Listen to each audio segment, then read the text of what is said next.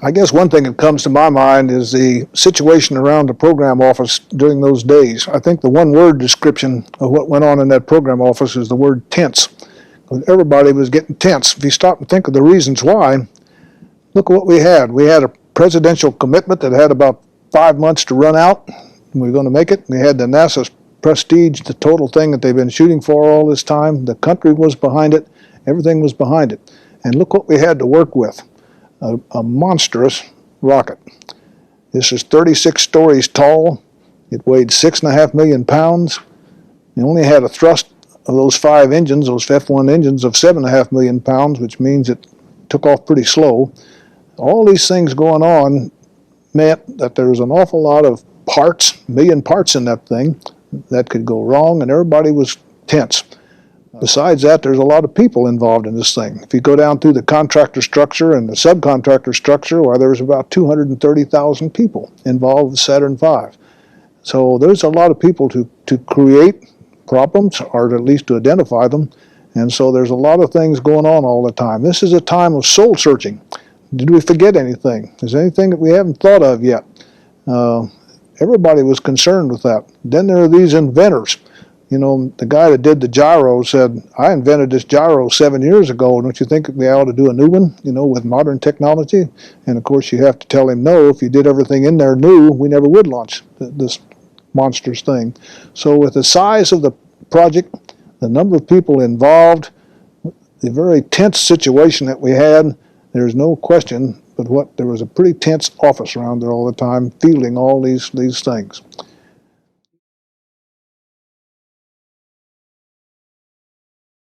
An interesting little story, you mentioned von Braun. The day I took over Saturn V, he stopped me in the hall.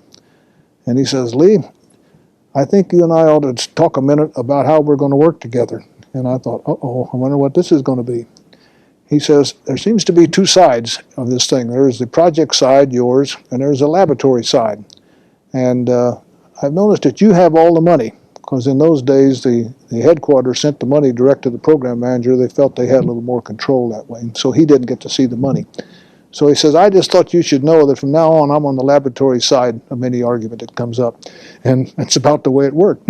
In other words, he wanted to watch after the technical excellence. He left it to us to worry about those other 2 features. Charisma and knowledge. He obviously knew what he was talking about. Charisma.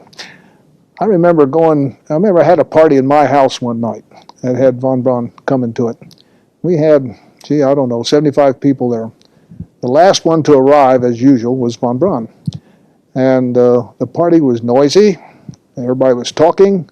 And as he walked in the door and everybody saw him, the whole place fell silent, waiting for the man to speak. And I think it's an indescribable thing about him. But he commanded the presence of everybody wherever he was. He was just good at that. He could change his ways in order to fit the situation in a delightful way. One time I rode with him on the Gulf Stream out to California. We were discussing Saturn V problems all the way out. Deep problems, technical problems. And as soon as we got in the flight pattern for landing at LA Airport, I could see him change. I began to, he wouldn't listen to me anymore. He was out of it. And I didn't know why. But as soon as he stepped out of the airplane, this is when he was making the movie Eyes Upon the Stars or something like that. And when he got out of the airport, there's a whole mob waiting for him for autographs and what have you. He was already getting himself ready for that change that he was about to have. And he could do that about as well as anybody I knew. He's a very interesting person.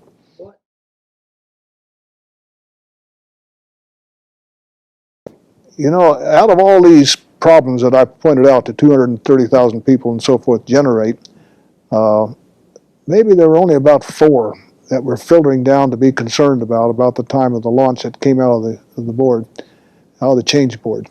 These were not really hardware problems as we'd had in the past. We'd treated a number of hardware problems, but these were mostly systems problems. These were problems like the pogo effect on the S1C stage, a vibration on the S4B stage, a kickback effect when the S2 and S4B separated, and then a lot of little fuel leaks. Now, all these had been corrected to the best of our knowledge. So what we had to watch for is watch them in flight. We put an accumulator in there to correct the S1C. We increased the engine pressure to stop the vibration on S4B, and we shut down one engine early to stop the kickback, and we had to wait to see if these are going to work. Now, Sam Phillips holds change meetings 1 month ahead, and that was June the 14th. And then he held another one at L-2, which was July the 14th for the July the 16th launch, and we had everybody there. I was there representing the launch vehicle, George Lowe for the spacecraft, Petrone for the launch facilities. We had the doctors there to speak about the health of the astronauts. We had the astronaut office there. We had the downrange instrumentation people, and we went over everything. What you do then is separate out things that you think could happen during the countdown. And then we had, let's say there were propulsion things, guidance things, and so forth. Then we had hundreds of people standing by here at Marshall in the, what we call the communications room, hundreds of people. And suppose during the countdown we had a propulsion problem.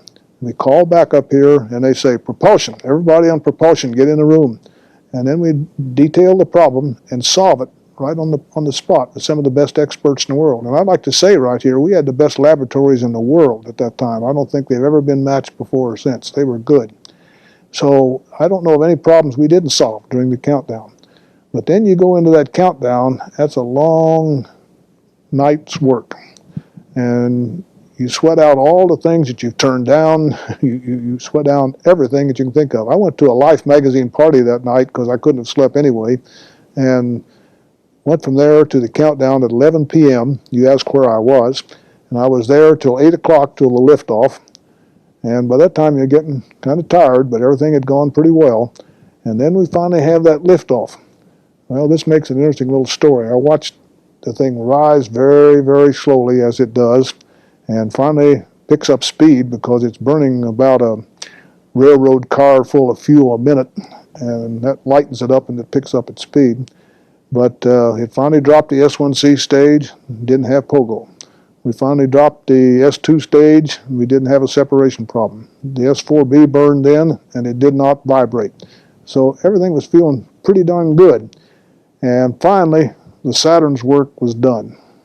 It was on its way. We'd done all we could do. And if you can imagine it, I was exhausted.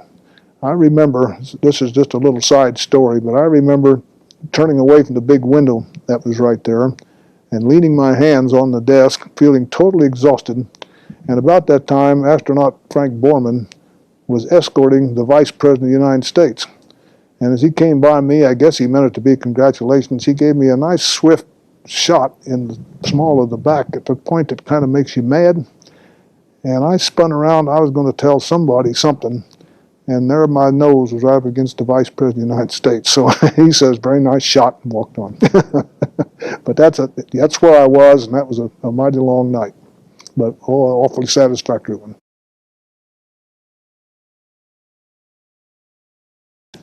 Well, first we shouldn't say there were no computers. Right across from the headquarters building, Dr. Holzer's computer lab had a computer in there that took up the whole building. I imagine that whole computer today could go in a half a room. But anyway, there was a lot of central computing done, but you didn't see a computer on everybody's desk. Nobody even thought of such things. What held it together?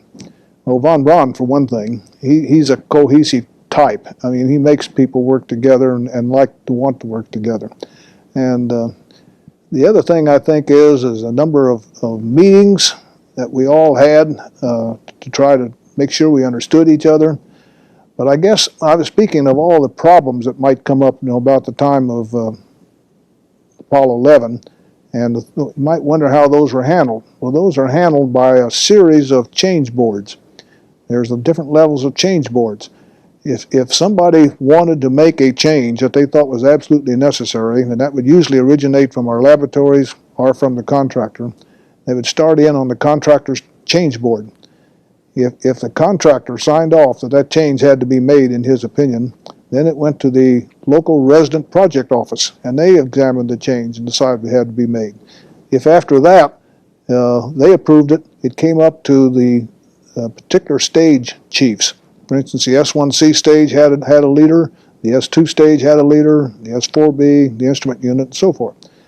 And whoever stage this was in examined that same thing. If they thought it had to be made, then it was forwarded to me, to my change board. Now, this is a very tough job.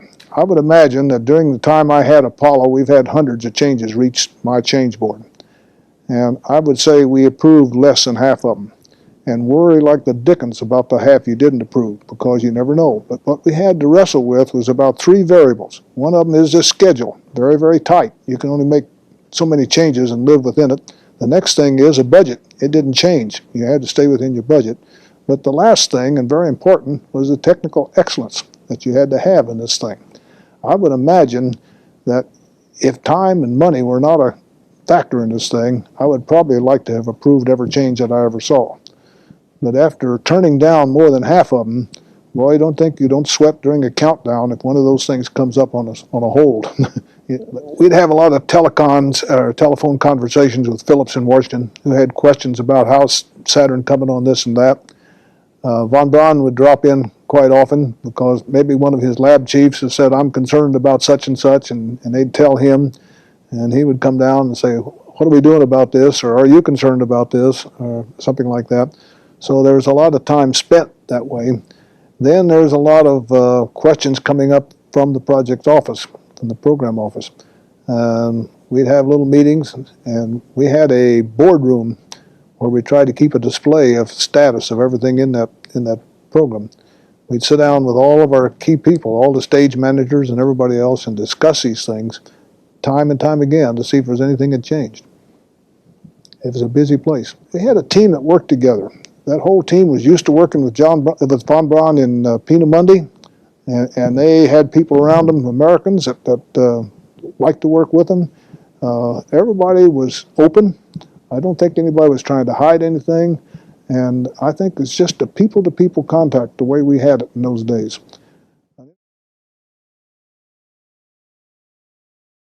I figured that once the Apollo was over, the big job was over. I didn't see that we were going to have anything like that in the future. And so, but I think we felt a great loss after the Apollo program, because this was a thing we worked on for over 10 years, and all the little Apollos, the little Saturn 1, Saturn 1B were all always leading up to it. We knew what they were for.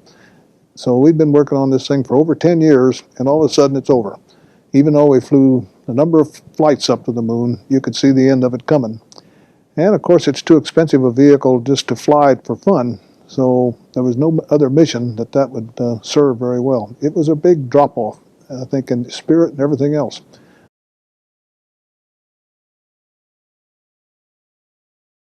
What I wish I could do today, or could have done a long time ago, was somehow arrange that all these many hundreds of dedicated people could be better recognized than they were. A few of us were well recognized. I had 2 dinners at the White House and lots of medals, and governors of Indiana and Kentucky and Alabama, but not very many got into all that. There were so many people that did so much. I would like to take this opportunity to say that I certainly do express my thanks to thousands of people who worked so hard on that project and were never really recognized for it. They've done a wonderful job.